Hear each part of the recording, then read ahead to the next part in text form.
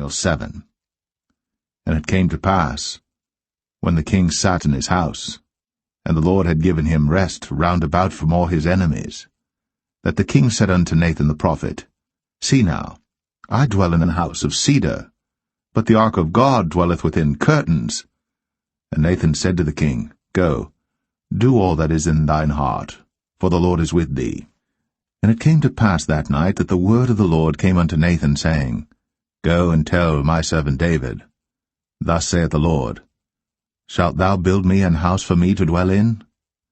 Whereas I have not dwelt in any house since the time that I brought up the children of Israel out of Egypt, even to this day, but have walked in a tent and in a tabernacle. In all the places wherein I have walked with all the children of Israel spake I a word with any of the tribes of Israel, whom I commanded to feed my people Israel, saying, Why build ye not me an house of cedar? Now therefore, so shalt thou say unto my servant David, Thus saith the Lord of hosts, I took thee from the sheepcot, from following the sheep, to be ruler over my people, over Israel. And I was with thee whithersoever thou wentest, and have cut off all thine enemies out of thy sight, and have made thee a great name, like unto the name of the great men that are in the earth. Moreover, I will appoint a place for my people Israel, and will plant them, that they may dwell in a place of their own, and move no more, neither shall the children of wickedness afflict them any more as beforetime. And as since the time that I commanded judges to be over my people Israel, and have caused thee to rest from all thine enemies, also the Lord telleth thee, that he will make thee an house. And when thy days be fulfilled, and thou shalt sleep with thy fathers, I will set up thy seed after thee, which shall proceed out of thy bowels, and I will establish his kingdom. He shall build an house for my name, and I will establish the throne of his kingdom for ever. I will be his father, and he shall be my son. If he commit iniquity, I will chasten him with the rod of men, and with the stripes of the children of men.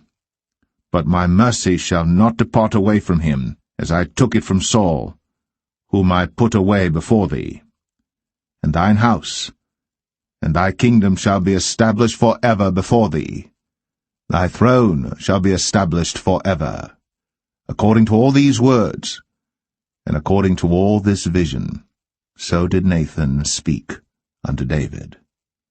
Then went King David in, and sat before the Lord, and he said, Who am I, O Lord God? And what is my house that thou hast brought me hitherto? And this was yet a small thing in thy sight, O Lord God. But thou hast spoken also of thy servant's house for a great while to come. And is this the manner of man, O Lord God? And what can David say more unto thee? For thou, Lord God, knowest thy servant.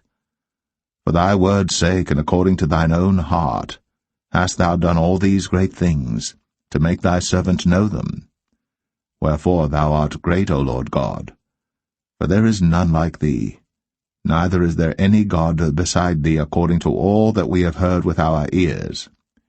And what one nation in the earth is like thy people, even like Israel, whom God went to redeem for a people to himself, and to make him a name, and to do for you great things and terrible for thy land, before thy people, which thou redeemedst to thee from Egypt, from the nations and their gods. For thou hast confirmed to thyself thy people Israel to be a people unto thee for ever, and thou, Lord, art become their God. And now, O Lord God, the word that thou hast spoken concerning thy servant, and concerning his house, establish it for ever, and do as thou hast said. And let thy name be magnified for ever, saying, The Lord of hosts is the God of Israel. And let the house of thy servant David be established before thee. For thou, O Lord of hosts, God of Israel, hast revealed to thy servant, saying, I will build thee an house. Therefore hath thy servant found in his heart to pray this prayer unto thee. And now, O Lord God, thou art that God, and thy words be true, and thou hast promised this goodness unto thy servant. Therefore now, let it please thee to bless the house of thy servant, that it may continue for ever before thee. For thou, O Lord God, hast spoken it, and with thy blessing let the house of thy servant be blessed for ever.